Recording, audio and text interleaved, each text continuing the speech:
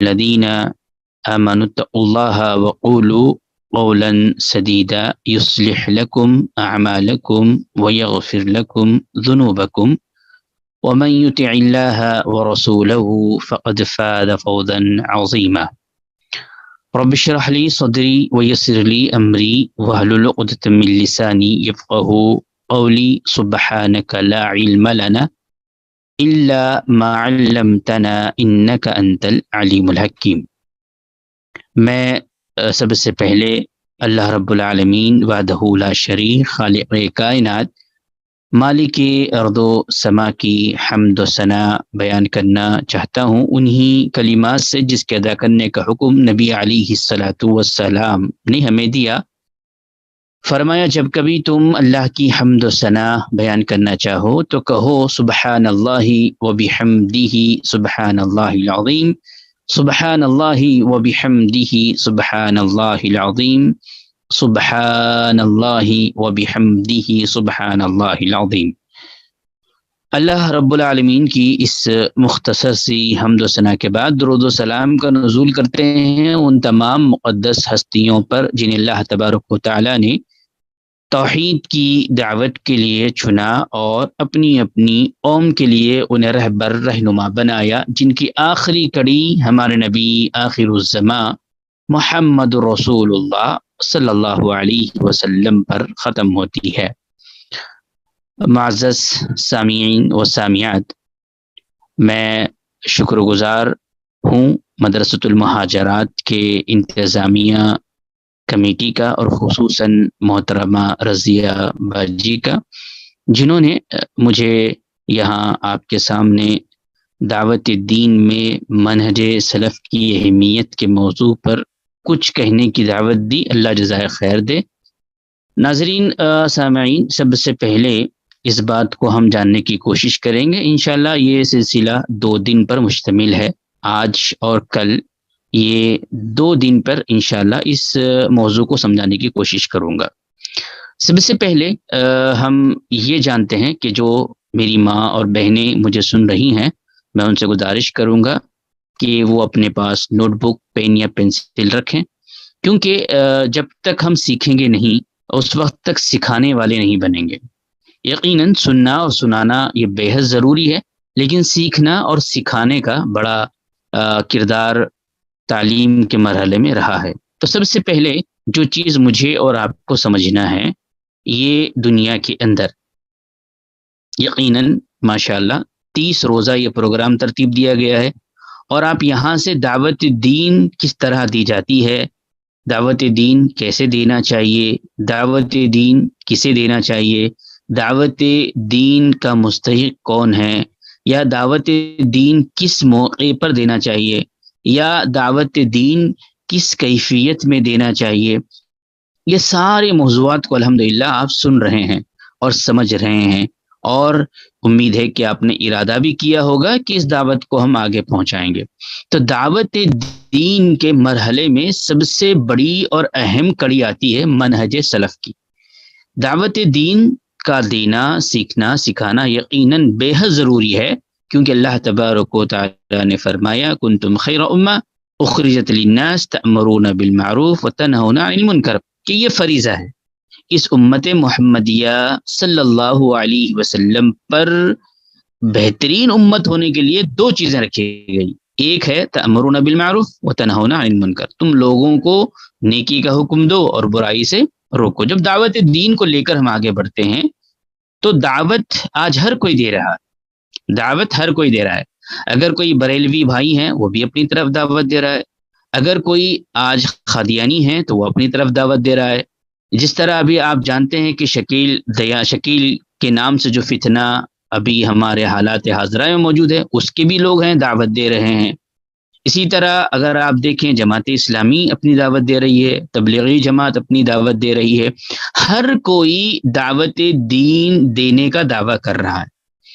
اب ضرورت اس بات کی ہے کہ دعوت دین میں دیتے وقت کن چیزوں کا خیال رکھا جائے، کون سی چیز ہے جو بڑی اہمیت کے حامل ہے، جس کے بغیر دعوت دین نہیں ہوگی، یا وہ طریقہ اگر نہ اپنایا جائے تو وہ دعوت نہیں ہوگی، بلکہ کسی تحریک کی دعوت ہوگی، یہ کسی تنظیم کی دعوت ہوگی، یہ کسی مسلک کی دعوت ہوگی، یہ کسی شخصیت کی دعوت ہوگی، یا پھر کسی امام کی دعوت ہوگی، یا کسی شخصیت پرستی کی دعوت ہوگی، اس طرح کی بہت ساری دعوتیں ہمارے سامنے آتے ہیں۔ تو دعوت دین میں مجھے اور آپ کو، ہر داعی کو ضرورت پڑتی ہے منہج سلف۔ منہج سلف کسے کہتے ہیں؟ مختصر طور پر منہج کا معنی ہوتا ہے نہج، راستہ۔ عام طور پر آپ لوگوں نے عربی زبان کی پہلی کتاب کو سنا ہوگا، منہاج العربیہ، عربی زبان کا راستہ، عربی زبان کو سیکھنے کا پہلا طریقہ۔ اسی سے منہج، منہج کا معنی ہوتا ہے راستہ۔ سلف کا جب لفظ آتا ہے تو سلف کو اگر آپ مطالعہ کرتے ہیں تو یہ بات ہمارے سامنے آتی ہے کہ سلف گزرے ہوئے لوگوں کو کہا جاتا ہے، جو ہم سے پہلے آج تک گزر گئے ہیں۔ لیکن سلف کے ساتھ خلف کا تذکرہ آتا ہے، خلف جو اس کے بعد آنے والے، یعنی ہمارے بعد آنے والے یا ان کے بعد آنے والے۔ تو سلف کے اندر وہ لوگ جو سلف صالحین تھے، منہج مانے راستہ، سلف میں وہ لوگ جو صراط مستقیم پر تھے ان کو کہا گیا سلف صالحین، منہج سلف صالحین۔ دعوت دین میں منہج کی بے حد ضرورت پڑتی ہے۔ اگر ہم اس منہج کو نہیں اپنائیں سلف صالحین کی تو وہ دعوت دین دین نہیں رہ جاتی، بلکہ وہ شخصیت کی دعوت ہو جاتی ہے۔ آئیے اس موضوع کو اور گہرائی سے سمجھتے ہیں۔ میں ریپیٹ کرنا چاہوں گا دوبارہ، آپ اس بات کو نوٹ کر منہج کی بے حد ضرورت ہے، اور منہج کے دین دین نہیں ہو سکتی ہے۔ چلیے اس پر غور کرتے ہیں۔ سب سے پہلے دنیا کے اندر اگر آپ یہودیت کا مطالعہ کرتے ہیں، نصرانیت کا مطالعہ کرتے ہیں، مجوسیت کا مطالعہ کرتے ہیں، ہندوازم کا مطالعہ کرتے ہیں، بدھزم کا مطالعہ کرتے ہیں، سارے مذاہب کو ٹٹولنے کے بعد، مطالعہ کرنے کے بعد آپ اس نتیجے پہ پہنچتے ہیں کہ سارے ادیان، چاہے وہ یہودیت ہو، نصرانیت ہو، مجوسیت ہو، ہندوازم ہو، بدھزم ہو، یہ سارے ادیان کے داعی اور یہ دین کے سلسلے میں اللہ نے یہ بات قرآن میں بیان کی ہے۔ کیا بات بیان کی ہے؟ اللہ نے فرمایا وَمَن يَبْتَغِي غَيْرَ الْإِسْلَامَ دِينًا، وَمَن يَبْتَغِي غَيْرَ الْإِسْلَامَ دِينًا، اللہ نے فرمایا کہ دین اسلام کے علاوہ کسی اور دین کو تم تسلیم کرتے ہو، مانتے ہو، قبول کرتے ہو، اس پر عمل پیرا ہوتے ہو، تو اللہ کا وعدہ ہے کہ اللہ تبارک و تعالی وہ دین کو قبول نہیں کرے گا۔ پتہ کیا چلا کہ پوری دنیا میں جتنے مذاہب ہیں، ادیان ہیں، ان تمام ادیان کو اللہ تبارک و تعالی نے کیا کہا کہ وَمَن يَبْتَغِي غَيْرَ الْإِسْلَامَ دِينًا فَلَن يُقْبَلَ مِنْهُ، وہ قابل قبول نہیں، یہاں تک وَهُوَ فِي الْآخِرَةِ مِنَ الْخَاسِرِينَ، وہ لوگ کیا ہے؟ آخرت میں خسارہ اٹھانے والوں میں اپنا شمار کر رہے ہوں گے۔ ایسی صورت میں مجھے اور آپ کو اللہ کا شکر ادا کرنا چاہیے کہ اللہ تبارک و تعالیٰ نے ہمیں دین اسلام جیسی نعمت سے نوازا ہے۔ اللہ نے پھر کس دین کو پسند کیا ہے؟ یہودیت کو نہیں کیا، نصرانیت کو نہیں کیا، مجوسیت کو نہیں کیا، ہندوازم کو نہیں کیا، بدھزم کو نہیں کیا، کاسٹزم کو نہیں کیا، تو کس دین کو اللہ نے پسند کیا؟ قرآن نے اس کا جواب دیا، ان الدین عند اللہ الاسلام، میرے پاس کوئی دین قابل قبول ہے تو وہ دین اسلام ہے۔ پتہ یہ چلا یہ پوری دنیا میں جتنے ادیان ہیں، جتنے لوگ دعوت دینے والے ہیں، اپنی اپنی دین کی طرف دعوت دے رہے ہیں، یہ سارے لوگوں میں کوئی دین قابل قبول ہے تو وہ دین اسلام ہے۔ اس پر بھی مجھے اور آپ کو اللہ کا شکر ادا کرنا چاہیے کہ اللہ نے ہماری آنکھیں ایسی جگہ پر کھولی جہاں پہلے ہی سے کلمہ توحید جاری اور ساری تھا۔ آئیے پتہ یہ چلا کہ اللہ تبارک و تعالیٰ کے پاس دین اسلام پسندیدہ دین ہے، اس کے علاوہ کوئی اور دین قابل قبول نہیں ہے۔ دو نقطے یاد رکھیں۔ اب اس کے علاوہ دنیا کے سلسلے میں اگر ہم آگے بڑھتے ہیں تو دنیا کے اندر بہت ساری مخلوقات ہیں۔ آپ سبھی جانتے ہیں کہ نباتات کی شکل میں، جمادات کی شکل میں،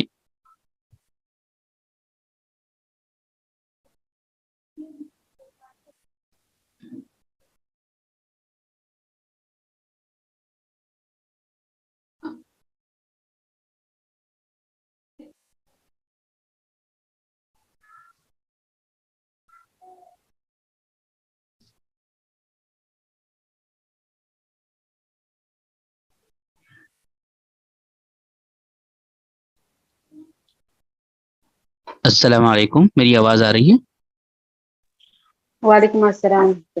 جیسے جی چلیے الحمدللہ. تو پہلا نقطہ یہ تھا کہ دعوت دین میں منہج سلف صالحین کی بڑی اہمیت ہے. دوسری بات ہم نے سیکھی تھی کہ اللہ کے پاس کوئی دین قابل قبول ہے تو وہ دین اسلام ہے، اس کے علاوہ کوئی اور دین قابل قبول نہیں ہے. اب دین اسلام کو میں اور آپ کیسے سمجھیں گے، یا دین اسلام کو میں اور آپ کیسے سمجھائیں گے؟ پہلے آئیے دیکھتے ہیں کہ دین اسلام کی اساس کیا ہے، دین اسلام کی بنیاد کیا ہے، دین اسلام کس چیز پر مکمل کیا گیا ہے، کیا دین اسلام مکمل ہے یا نہیں ہے، یا دین اسلام کو سمجھنے کے لیے کن چیزوں کی ہم کو ضرورت پڑتی ہے. سب سے پہلے اس بات کو ہم سمجھنے کی کوشش کریں. اللہ تبارک و تعالی نے آسمان سے انسانوں کے لیے تورات کا نزول کیا، اس کے بعد زبور کا نزول ہوا، انجیل کا نزول ہوا، صحیف موسیٰ صحیف ابراہیم کا نزول ہوا. یعنی اللہ نے آدم علیہ الصلوۃ والسلام کی اولاد کی رہبری کے لیے، رہنمائی کے لیے، انہیں دنیا اور آخرت کی کامیابی کے لیے کتابوں کا سلسلہ جاری کیا. اللہ تبارک و تعالیٰ نے آدم علیہ الصلوۃ والسلام کے اولاد کو یوں ہی نہیں چھوڑا، بلکہ ان کی رہنمائی اور رہبری کے لیے اللہ نے کیا کیا؟ کتابوں کا نزول کیا. ساتھ میں وہ کتابیں آئیں، کتابوں کے ساتھ انبیاء علیہ الصلوۃ والسلام آئے. انبیاء علیہ الصلوۃ والسلام نے جو کتابی شکل تھیوری کی ہے، پریکٹیکل کر کے بتایا. یہ سلسلہ جاری رہا. کہاں تک جاری رہا؟ اللہ کے نبی علیہ الصلوۃ والسلام تک. اسلام کی بنیاد کیا ہے، اس کو ہم سمجھانے کی کوشش کر رہے ہیں کہ تورات آئی، زبور آئی، انجیل آئی، صحیف موسیٰ صحیف ابراہیم آئے. اس کے بعد اخیر میں اللہ تبارک و تعالیٰ نے کیا کہا کہ میں نے اب قرآن کو نازل کیا ہے. انا نحن نزلنا الذکر وانا له لحافظون. آخری جو کتاب آئی، آخری کتاب جو آئی وہ قرآن مجید ہے، اس میں کوئی شک نہیں ہے کسی کو بھی. تو اسلام کی بنیادوں میں سب سے پہلا بنیادی نقطہ میرے اور آپ کے سامنے آتا ہے کہ قرآن کے بغیر اسلام مکمل نہیں ہو سکتا ہے. قرآن اس کا ایک حصہ ہے، بلکہ قرآن ایک جز ہے. دوسری چیز کیا ہے؟ دوسری چیز جس کو ہم حدیث کہتے ہیں، حدیث. اب یہ سوال پیدا ہوتا ہے کہ اللہ نے قرآن کی حفاظت کی ذمہ داری تو لی ہے، لیکن حدیث کی جب بات آتی ہے تو پھر اختلافات شروع ہو جاتے ہیں. کوئی کہتا ہے یہ حدیث صحیح نہیں ہے، کوئی کہتا ہے یہ حدیث موضوع ہے، کوئی کہتا ہے حدیث احاد ہے، فلاں فلاں فلاں چیزیں آتی ہے. اور ہم میں سے بھی اکثر لوگ کہتے ہیں قرآن ہمارے لیے کافی، حدیث کی ہم کو ضرورت نہیں ہے. یہاں میری بہنوں اس بات کو سمجھیں، نقل کر لیں، نوٹ کر لیں اپنی کتاب میں کہ جو یہ کہتا ہے کہ قرآن ہمارے لیے کافی ہے، حدیث کی ہم کو ضرورت نہیں ہے، وہ گمراہی پر ہے، وہ اہل قرآن ہے. اہل قرآن گمراہی پر ہے، اور قرآن سے وہ دلیل نہیں دے سکتے ہیں کہ ہم سچائی پر ہے.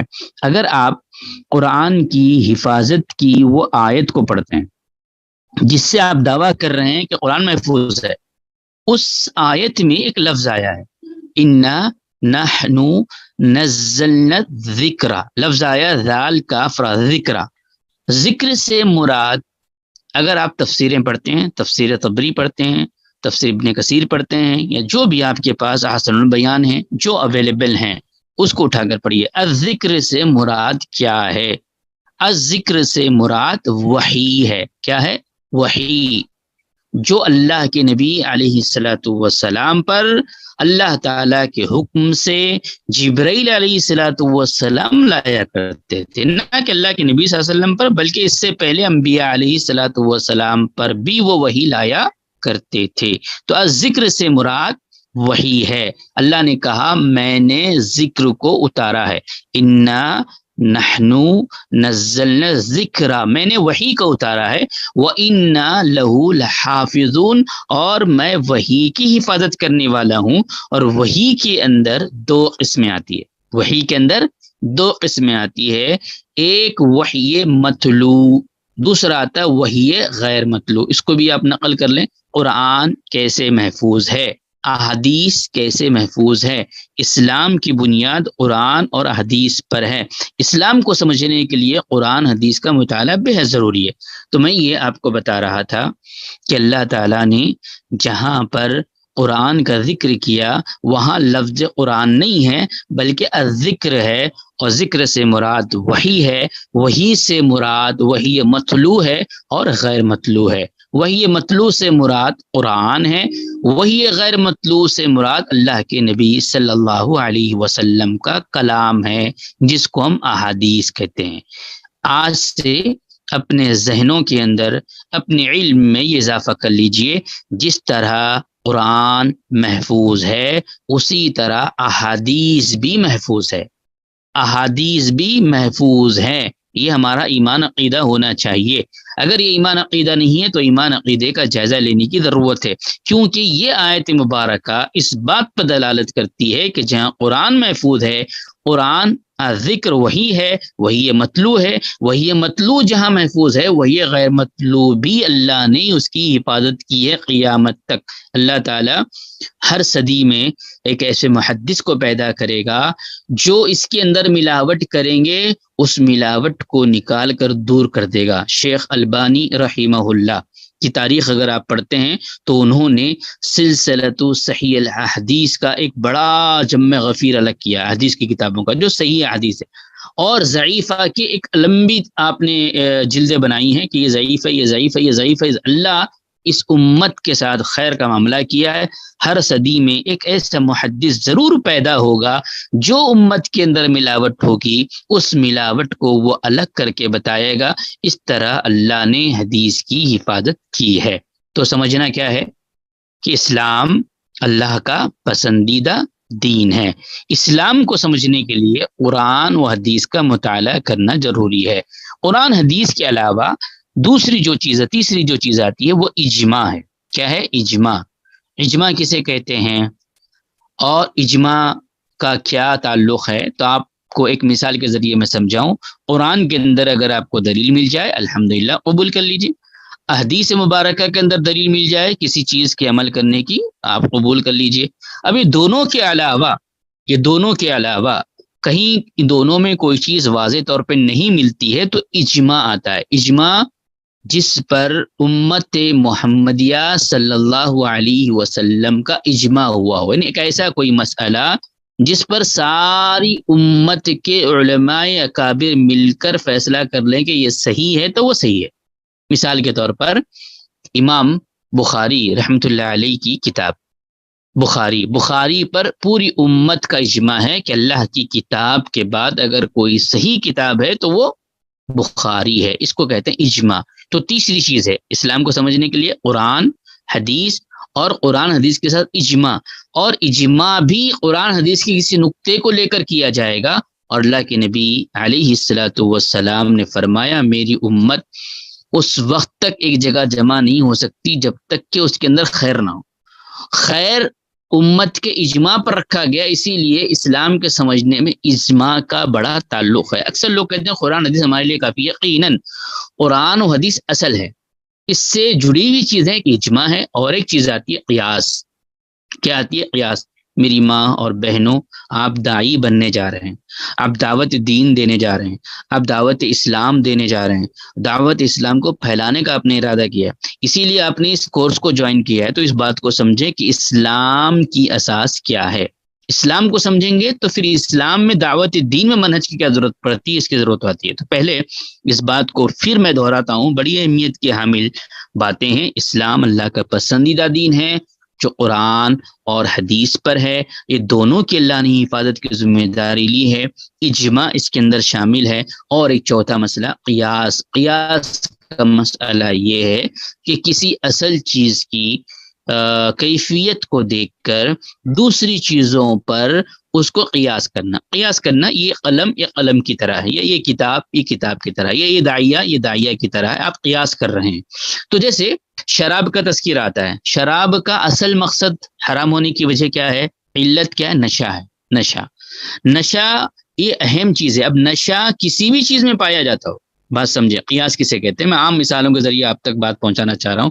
قیاس کسے کہتے ہیں؟ نشہ علت ہے، نشہ شراب کے اندر علت ہے جس کی وجہ سے حرام قرار دیا۔ اب یہ علت کسی بھی چیز میں پائی جائے، کسی بھی چیز کے اندر پائی جائے، کتنے ہی نیو بوٹل نکال لیے جائیں، اسٹیکر نئے لگا لیے جائیں، کچھ بھی، اگر اس کے اندر نشہ ہے تو وہ نشہ کی وجہ سے حرام قرار دی جائے گی۔ یہ ہے قیاس۔ یہ اس صورت میں ہے جب آپ قرآن و حدیث اور اجماع سے کوئی بات آپ کو نہیں ملتی، ایسا تو ممکن نہیں ہے، مل جاتی ہے، لیکن کہیں کہیں پر اس طرح کا قیاس کرنا پڑتا ہے جس میں اہل علم کرتے ہیں، جہاں سے یہاں اسلام سمجھا جاتا ہے۔ تو اللہ کے پاس پسندیدہ اگر کوئی دین ہے تو وہ دین اسلام ہے، اور دین اسلام کی اساس قرآن اور حدیث ہے، اور یہ دونوں کو لفظ ذکر سے یاد کیا گیا ہے، اور ذکر کی ذمہ داری اللہ نے لی ہے، اور قیامت تک یہ محفوظ ہے۔ اجماع اور قیاس کے ذریعے سے اسلام کو ہم سمجھیں گے۔ آئیے دنیا سے ہم نکلے، دنیا کے سارے ادیان سے نکل کے اسلام میں آئے۔ اسلام کی بنیادی چیز کو ہم نے سمجھا کہ قرآن اور حدیث۔ اب سوال یہ پیدا ہوتا ہے، آج ہم میں سے ہر کوئی جو دعوت دے رہا ہے، ہر کوئی جو دعوت دے رہا ہے، چاہے وہ بدعت کی دعوت دے رہا ہو، یا شرک کی دعوت دے رہا ہو، یا کسی امام کی طرف بلا رہا ہو، یا کسی تنظیم کی طرف بلا رہا ہو، یا کسی جماعت کی طرف بلا رہا ہو، کہیں نہ کہیں جو بھی دعوت دے رہا ہے وہ قرآن پڑھتا ہے، قرآن کی آیت مبارکہ پڑھتا ہے، احادیث مبارکہ پڑھتا ہے، پھر آپ کو بتاتا ہے کہ یہ فلاں فلاں فلاں فلاں چیزیں ہیں۔ اب ایسی صورت میں عام لوگ اس بات کو صحیح سمجھ لیتے ہیں کہ واقعی قرآن کی آیت پڑھ کر انہوں نے دلیل دی ہے، اور احادیث مبارکہ پڑھ کر دلیل دی ہے۔ تو یہاں پر مسئلہ یہ ہوتا ہے، ایک داعی کو سمجھنا ضروری ہے کہ قرآن جو پڑھا گیا ہے، جو حدیث مبارکہ پڑھی گئی ہے، تو قرآن کا جو فہم ہے، قرآن کو انہوں نے کیسے سمجھا ہے، یہ بڑا مسئلہ ہے۔ اب یہاں پر ہم کو ضرورت پڑتی ہے منہج کی۔ منہج سے پہلے میں اور آپ کو اور گہرائی میں لے جانا چاہتا ہوں۔ دنیا کے اندر جتنے ادیان ہیں اتنی ہی مخلوق ہے، مخلوق بہت طرح کی ہے۔ آپ مخلوقات کا تذکرہ کریں گے تو لمبی فہرست بنے گی، لیکن عقل والی مخلوق جس کو اللہ نے عقل سلیم دیا ہے، کون کون سی ہے؟ ایک ہے فرشتے، دوسرے ہیں جنات، تیسرے ہیں انسان۔ یہ تین ہیں جس کو عقل سلیم کہا گیا ہے، جس کو اللہ نے سچ اور غلط اور صحیح اور غلط کی تمیز، رات اور دن کی تمیز یہ کر سکتے ہیں، یہ روشنی اور ضلالت کی فرق کر سکتے ہیں، جس میں فرشتے شامل ہے، جنات شامل ہے، انسان شامل ہے۔ پوری مخلوقات کے اندر اللہ تبارک و تعالیٰ کی پوری مخلوقات میں تین مخلوق ایسی ہیں جس کو عقل سلیم ہے، جس میں سے ہم بھی شامل، الحمدللہ، اللہ کا شکر ادا کرنا چاہیے۔ اب دیکھیے ان سارے مخلوقات کے اندر، فرشتوں میں، جناتوں میں، انسانوں میں، اللہ نے کس کو اشرف بنایا ہے؟ فرشتے اللہ کی ایک ایسی مخلوق ہے جس کے سلسلے میں قرآن یہ کہتا ہے لا یعصون اللہ ما امرہم ویفعلون ما یؤمرون۔ اللہ کے پاس فرشتے اتنے ہیں، ان کی کوئی تعداد ہمیں نہیں معلوم، اتنی تعداد میں، نہ ان کی بیویاں ہوتی ہے، نہ ان کے بچے ہوتے ہیں، وہ ہمیشہ اللہ تبارک و تعالیٰ کے حکم کے مطابق اپنی زندگی گزارتے ہیں، وہ کبھی بھی اللہ تبارک و تعالیٰ کی نافرمانی نہیں کرتے۔ ایسی مخلوق اللہ کے پاس موجود ہے جس کو ہم فرشتے کہتے ہیں۔ وہ آسمان کو اٹھائے ہوئے ہیں، سمندر کو سنبھالے ہوئے ہیں، اللہ کے حکم کے مطابق کام کرتے رہتے ہیں، یہ فرشتے ہیں۔ اس کے ساتھ ہے جنات کا تذکر آتا ہے۔ جتنی کیٹیگریز انسانوں کے اندر ہے وہ تمام کیٹیگریز جنات کے اندر ہے۔ ان کی شادیاں ہوتی ہے، ان کی بیویاں ہیں، ان کے بچے ہیں، ان کی عمر ہوتی ہے، ان کے اندر نیک لوگ بھی ہوتے ہیں، ان کے اندر برے لوگ بھی ہوتے ہیں، ان کے اندر مومن بھی ہوتے ہیں، ان کے اندر کافر بھی ہوتے ہیں، ان کے اندر منافق، جتنی کیٹیگریز انسان آدم علیہ السلام کی اولاد میں ہیں، وہ ساری کیٹیگریز جناتوں کے اندر پائی جاتی ہے۔ تو میں یہ بتا رہا تھا کہ دنیا کے مخلوقات میں سب سے عقل مند کوئی مخلوق ہیں تو وہ کون ہیں؟ فرشتے ہیں، جنات ہے۔ اب یہ دونوں کے علاوہ تیسری جو مخلوق ہے میں اور آپ، جو انسان ہے، آدم علیہ السلام کی اولاد ہے۔ آدم علیہ السلام کی اولاد کو جو مقام دیا گیا ہے، اس بات کو سمجھے، مجھے اور آپ کو، اس انسانوں کو کیا مقام دیا گیا ہے؟ وہ مقام ہے اشرف المخلوقات۔ اشرف المخلوقات. اسی لیے ہم کو کہتے ہیں کہ انسان کو کیا کہتے ہیں؟ اشرف ساری مخلوقات میں یہ اشرف اعلیٰ ہے. ریزن کیا ہے؟ جنات ایسے ہیں جو کبھی نافرمانی نہیں کرتے، ان کو اشرف نہیں قرار دیا گیا. فرشتے ایسے ہیں جو کبھی نافرمانی نہیں کرتے، ان کو نہیں قرار دیا گیا. جنات ہیں، ان کو نہیں قرار دیا گیا، جن کے اندر اتنی طاقت ہے کہ وہ ایک جگہ سے دوسری جگہ پر محل پہنچا سکتے ہیں. لقمان علیہ الصلوۃ والسلام کا واقعہ ہے، کئی ایسے واقعات ہم نے پڑھے ہیں. ایسی طاقتور قوم کو بھی اشرف نہیں بنایا گیا. فرشتے جیسی قوم کو بھی اللہ نے اشرف نہیں بنایا. مجھے اور آپ کو، انسانوں کو جو گناہگار ہیں، سیاہکار ہیں، خطا کار ہیں، نافرمانیاں کرتے ہیں، بدعتوں میں ہیں، شرک کے اڈوں میں ہیں، پتہ نہیں کس کس گناہوں کے اندر ملوث ہیں. سارے انسانوں کے اندر اگر اشرف المخلوقات کسی کو بنایا گیا ساری مخلوقات میں، تو وہ کون ہے؟ آدم علیہ الصلاۃ والسلام. بات سمجھ میں آ رہی ہے؟ دوبارہ میں ریپیٹ کرتا چلوں، دعوت دین میں منہج کیا ہے یا منہج سلف کی ضرورت کیا ہے؟ اللہ نے دنیا میں سارے دینوں کو بائیکاٹ کیا، دین اسلام کو پسند کیا. دین اسلام اللہ کا پسندیدہ دین ہے جو قرآن، حدیث، اجماع اور قیاس پر ہے. اور دنیا میں بہت ساری مخلوقات ہے، ان مخلوقات میں سب سے افضل اگر کوئی ہے تو وہ آدم علیہ الصلوۃ والسلام ہیں، ان کی ذریت ہے. اس کی وجہ کیا ہے؟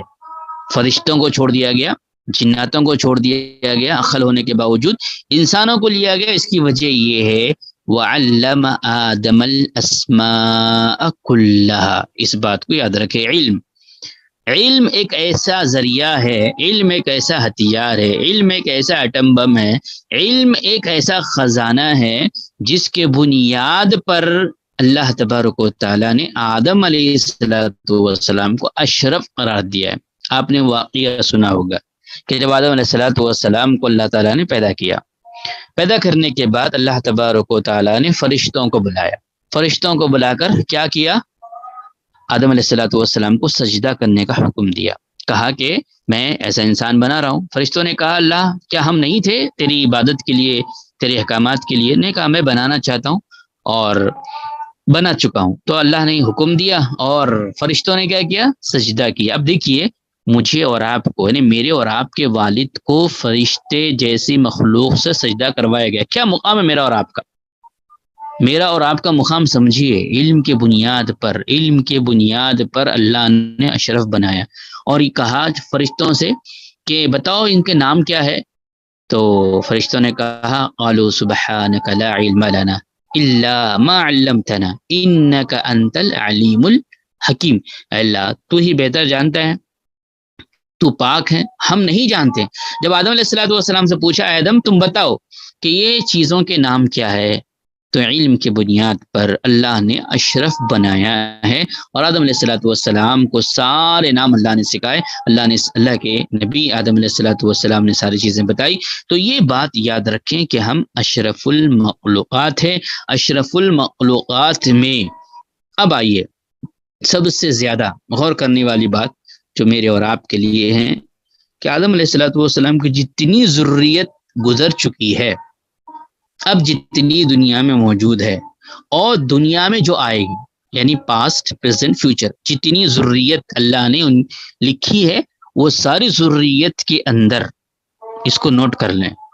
جو ذریت گزر چکی ہیں، جو اب موجود ہیں، جو آئے گی، ان سب میں سب سے افضل کوئی آدم علیہ السلام کی اولاد ہیں.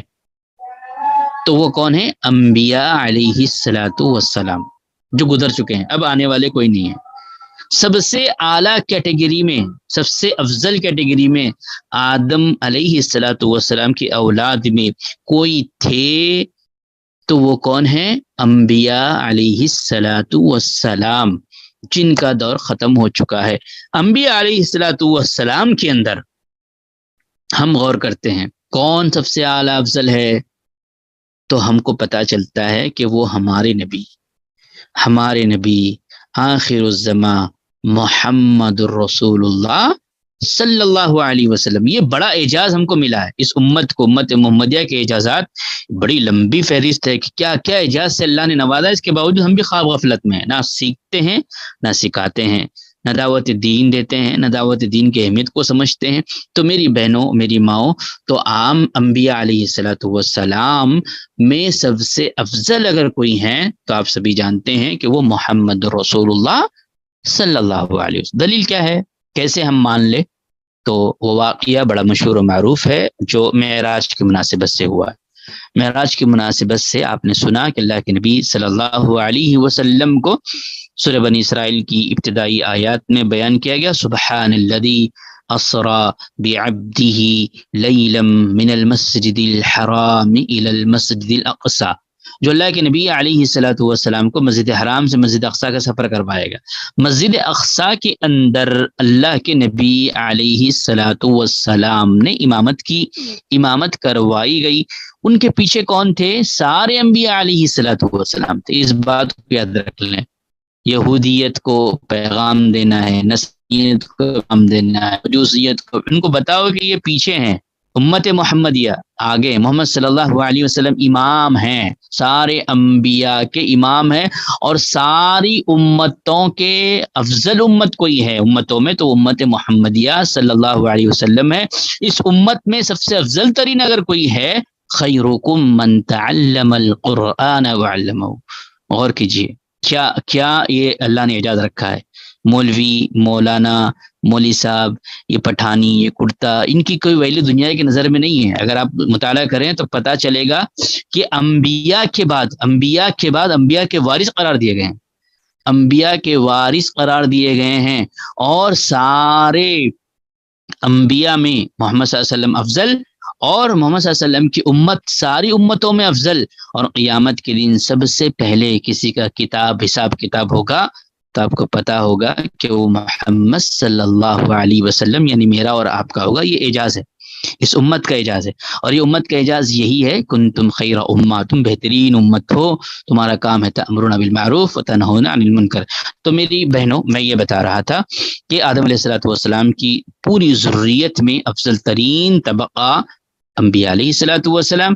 انبیاء علیہ الصلوۃ والسلام میں محمد رسول اللہ صلی اللہ علیہ وسلم جو افضل البشر و خاتم النبیین ہیں.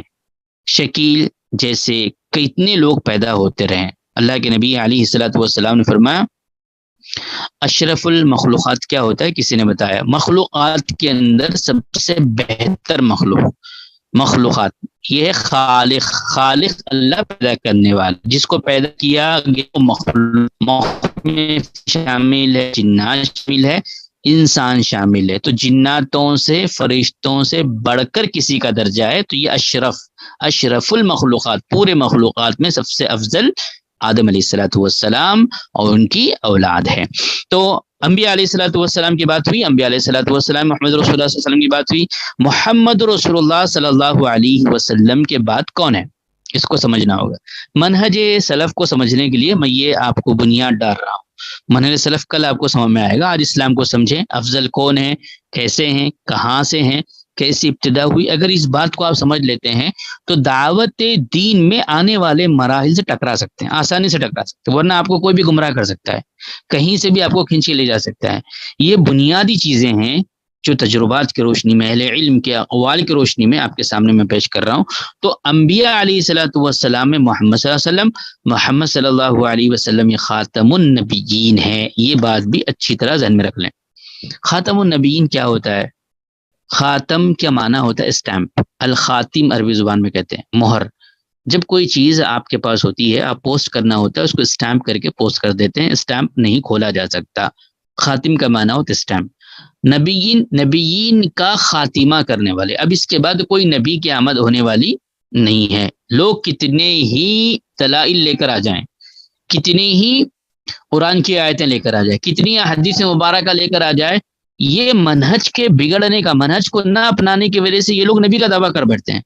اگر منہج کو اپنا لیا جائے کہ یہاں پر خاتم النبیین کہا گیا، ما کان محمد ابا احد من رجالکم ولکن رسول اللہ خاتم النبیین، نبی علیہ الصلوۃ والسلام سارے نبیوں کا خاتمہ کرنے والے، اس کے بعد کسی نبی کی آمد ہونے والی نہیں ہے. یہ ہمارا ایمان ہونا چاہیے. ایک اور چیز، جب آپ کسی بھائی یا بہن سے بات کرتے ہیں تو وہ لوگ ایک دلیل دیتے ہیں. دلیل کیا دیتے ہیں؟ کہتے ہیں پڑھو لا الہ الا اللہ، محمد رسول اللہ، ہم پڑھتے ہیں لا الہ الا اللہ محمد رسول اللہ. اب وہ لوگ کہتے ہیں ترجمہ کرو. ترجمہ ہم کرتے ہیں اللہ کے علاوہ کوئی معبود برحق نہیں، محمد صلی اللہ علیہ وسلم اللہ کے رسول ہیں. یہاں پر ایک مسئلہ آتا ہے. ہم یہ کہتے ہیں خاتم النبیین ہے، اللہ کے نبی صلی اللہ علیہ وسلم دنیا سے رخصت ہو چکے ہیں، وفات پا چکے ہیں. وہ قرآن نے کہا کہ اللہ نے فرمایا کہ تم مرنے والے ہو، تمہارے بعد بھی لوگ مرنے والے ہیں. یہ ساری چیزیں دلیل دینے کے بعد یہ کہتے ہیں کہ نہیں، آپ یہاں پر ہے کیوں کہہ رہے ہیں؟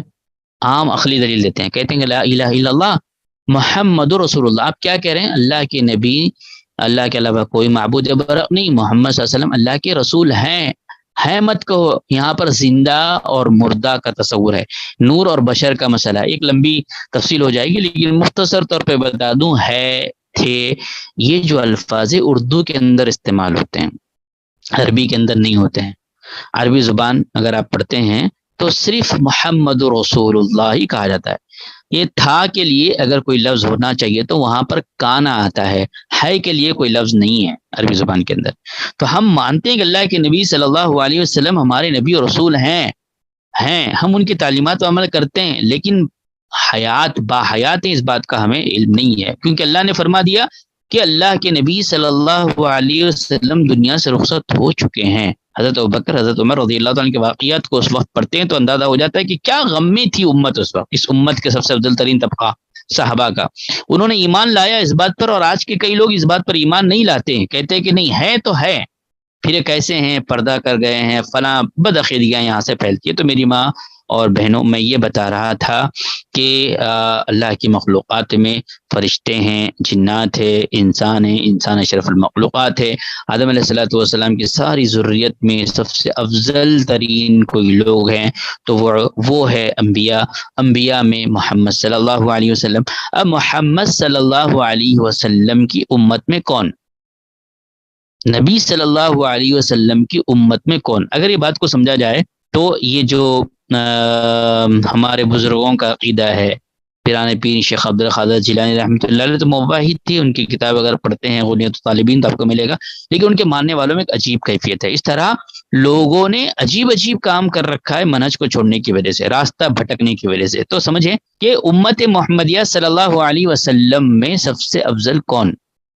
ایک سوال لے کر آگے بڑھتے ہیں تو ہمارے سامنے بات آتی ہے کہ وہ صحابہ اکرام رضوان اللہ علیہ مجمعین. کون؟ صحابہ. صحابہ کسے کہتے ہیں؟ صحابی کی جمع ہے. صحابی کسے کہتے ہیں؟ ہر وہ شخص، آپ چاہیں تو اس کو نقل کر لیں، ہر وہ شخص جس نے اللہ کے نبی علیہ الصلوۃ والسلام کو ایمان کی حالت میں دیکھا ہو. پہلی شرط ہے، ہر وہ شخص جس نے اللہ کے نبی علیہ الصلوۃ والسلام کو ایمان کی حالت میں دیکھا ہو. دوسری کنڈیشن ہے کہ ایمان کی حالت میں دنیا سے رخصت ہوا، وہ صحابی ہے. صحابی دوست اسے کہا گیا، اس شخص کو کہا گیا جس نے ایمان کی حالت میں اللہ کے نبی صلی اللہ علیہ وسلم کو دیکھا اور ایمان کی حالت میں دنیا سے رخصت ہوا. یہ اس امت کے سب سے افضل ترین لوگ ہیں. یہی اولیاء اللہ ہے، یہی صحابہ اکرام ہے، اور یہی وہ صحابہ ہے جس میں سے اکثر صحابہ کو دنیا کے اندر ہی جنت کی خوشخبری سنائی گئی ہے. سب سے بڑا ولی اگر کوئی ہے اس امت کا تو وہ کون ہے؟ حضرت ابو بکر صدیق رضی اللہ تعالی عنہ. گلی کنچوں میں جو لوگوں نے ولیاں بنا رکھے ہیں، غور کیجئے. یہاں یہ بات ہے، یہ درجات ہے.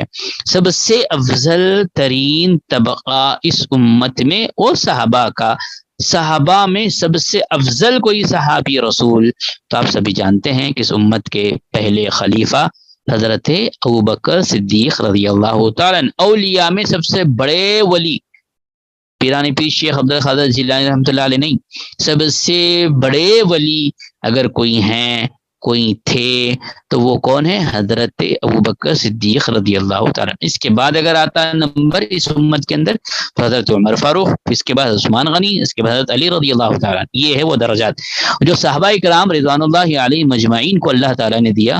اور اس امت کے سب سے ذہین لوگ، اس امت کے سب سے متقی لوگ، اس امت کے سب سے علم باعمل لوگ، اس امت کے مخلص لوگ، اس امت کے اہم ترین جسے لب لباب کہتے ہیں وہ صحابہ کرام رضوان اللہ علیہ مجمعین ہے.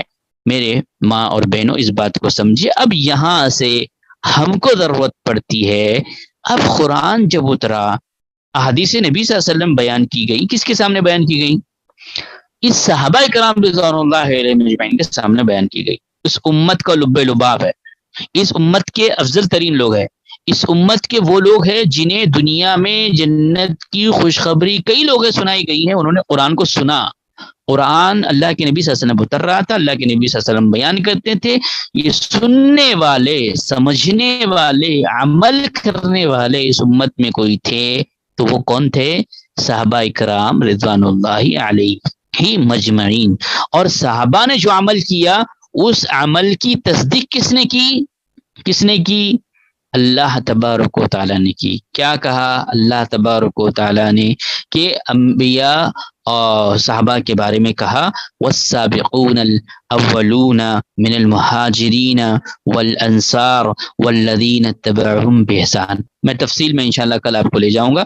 یہاں تک اس بات کو سمجھیں. وقت غالباً ختم ہونے پر ہے تو مختصر طور پر جو باتیں آج ہوئی ہیں میں اس کو لوٹاتا ہوں، دہراتا ہوں. انشاءاللہ کل آپ کی اس کلاس میں منہج سلف کی اہمیت، منہج سلف کو آپ نے سمجھا ہوگا. تو سب سے پہلی چیز جو آئی ہمارے سامنے وہ دعوت دین میں منہج کی بڑی اہمیت ہے. اور اللہ تعالیٰ نے سارے ادیان کو بائیکاٹ کیا ہے، صرف دین اسلام کو پسند کیا ہے. دین اسلام اساس ہے، اس کی بنیاد قرآن، سنت، اجماع اور قیاس پر ہے. قرآن اور سنت محفوظ ہیں. اللہ نے بہت سارے لوگوں کو پیدا کیا، فرشتوں کو پیدا کیا، جنات کو پیدا کیا، انسان کو پیدا کیا. سارے مخلوقات پر اشرف کسی کو بنایا تو وہ آپ اور میں آدم علیہ الصلوۃ والسلام کی ضروریت ہے.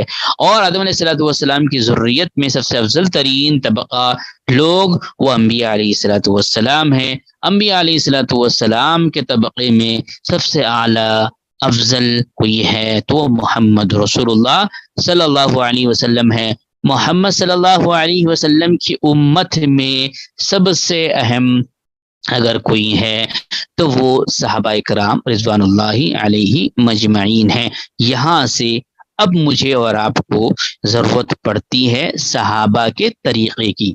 صحابہ نے جیسے قرآن سمجھا، صحابہ نے جیسے حدیث سمجھی، صحابہ نے کیسے دعوت دی، صحابہ نے دعوت دین کے طریقے کو کیسے اپنایا، صحابہ نے کب دعوت دی، کن حالات میں دی، کن حالات میں خفیہ طور پہ دی، کن حالات میں اعلانیہ طور پہ دی، صحابہ پر دعوت دینے سے کیا مسائل آئے. یہ ساری ٹاپک، یہ سارے موضوع انشاءاللہ کل کے درس میں سمجھتا ہوں وقت ہو گیا ہے. مجھے اجازت دیں، اگر نہیں ہوا تو میں انشاءاللہ اور کچھ باتیں رکھوں گا. ایڈمین صاحبہ سے گزارش ہے کہ اس بات کی اطلاع کریں. وقت تو ہو گیا ہے شیخ، اگر آپ جی کل ٹاپک کور کر سکتے ہیں تو کل کے لیے رکھ لیں گے انشاءاللہ. جی بارک اللہ، جزاک اللہ خیر سسٹر. انشاءاللہ تو میری بہنوں اور ماؤں انشاءاللہ کل پھر دوبارہ اس موضوع کو لے کر میں حاضر ہوں گا. تب تک کے لیے مجھے اجازت دیجیے اور دعاؤں میں یاد رکھیے، اس بات کو سمجھنے کی کوشش کیجیے. اللہ سے ہم دعا کرتے ہیں کہ اللہ تعالی ہمیں کہنے سننے سے زیادہ ان باتوں پر غور و فکر کرتے ہوئے عمل جامع پہنانے کی توفیق عنایت فرمائے. اللہ جب تک رکھے دار فانی میں ہمیں ایمان اور اسلام کی حالت نہ رکھے. جب ہمارا خاتمہ ہو تو خاتمہ بالخیر کرے. آمین ثم آمین. وآخر دعوانا ان الحمد للہ رب العالمین. سبحانک اللہم وبحمدک اشہد ان لا الہ الا انت استغفرک واتوب الیک. السلام علیکم ورحمۃ اللہ وبرکاتہ.